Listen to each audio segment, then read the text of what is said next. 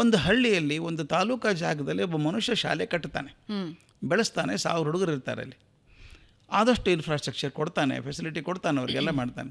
ಸರ್ಕಾರಕ್ಕೆ ಯಾಕಾಗಲ್ಲ? ಇಷ್ಟು ದೊಡ್ಡ ಸರ್ಕಾರ, ಇಷ್ಟು ದೊಡ್ಡ ಬಜೆಟ್ ಇಟ್ಕೊಂಡು ಯಾಕಾಗಲ್ಲ? ಈಗ ಇಷ್ಟೊಂದು ಶಾಲೆಗಳಿದ್ದಾವೆ ನಮ್ಮಲ್ಲಿ, ಆ ಶಾಲೆಗಳನ್ನು ಯಾಕೆ ಬೆಳೆಸೋಕ್ಕಾಗ್ತಾ ಇಲ್ಲ? ಸ್ವಾತಂತ್ರ್ಯ ಸಿಕ್ಕಿ ಎಷ್ಟು ವರ್ಷ, 70 ವರ್ಷಗಳ ಮೇಲೆ ಆದರೂ ಕೂಡ ಟಾಯ್ಲೆಟ್ ಇಲ್ಲ, ಕ್ಲಾಸ್ ರೂಮ್ ಇಲ್ಲ, ಬೆಂಚ್ ಇಲ್ಲ.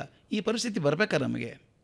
ಒಂದು ನಾಚಿಕೆ ಬರಬೇಕಲ್ವ ನಮಗೆ, ಇದು ಮಾಡೋಕ್ಕಾಗಿಲ್ಲ ಅಂತ. ಯಾಕಾಗಿಲ್ಲ ಅಂದರೆ ಇಚ್ಛಾಶಕ್ತಿ ಕೊರತೆ, ಯೋಜನಾ ಶಕ್ತಿ ಕೊರತೆ.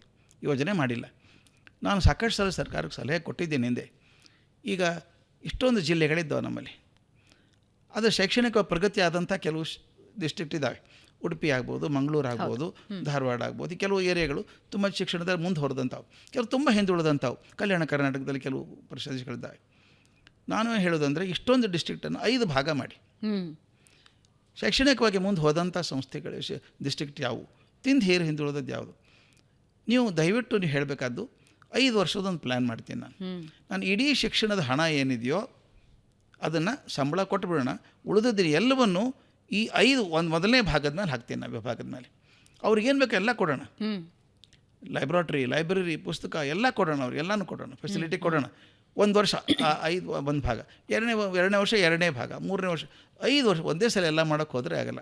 ಇದು ಹೇಗಿದೆ ಭವನ ಅಂದರೆ, ಬ್ರಿಡ್ಜ್ ಕಟ್ಟಬೇಕು, 100 ಮೀಟ್ರ್ ಬ್ರಿಡ್ಜು, 100 ಕೋಟಿ ಖರ್ಚಿದೆ.